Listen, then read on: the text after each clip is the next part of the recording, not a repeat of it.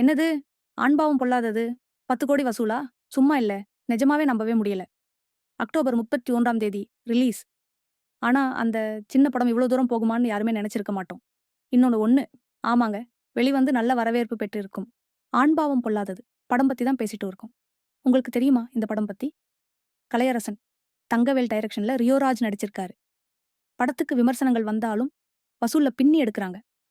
இன்னும் ஒண்ணு. அதான் மேட்டர். இப்போ கேளுங்க.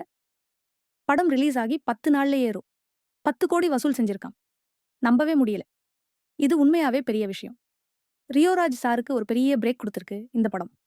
இன்னும் ஒண்ணு, ஆரோமலே படத்துக்கு அப்புறம் ரியோராஜ் ஜெயிச்சிட்டாரு பாருங்க, சும்மா சொல்லக்கூடாது. படம். Black Bastar hit. Kalaiyarasan direction. வேற லெவல்ல இருக்குன்னு எல்லாரும் சொல்றாங்க.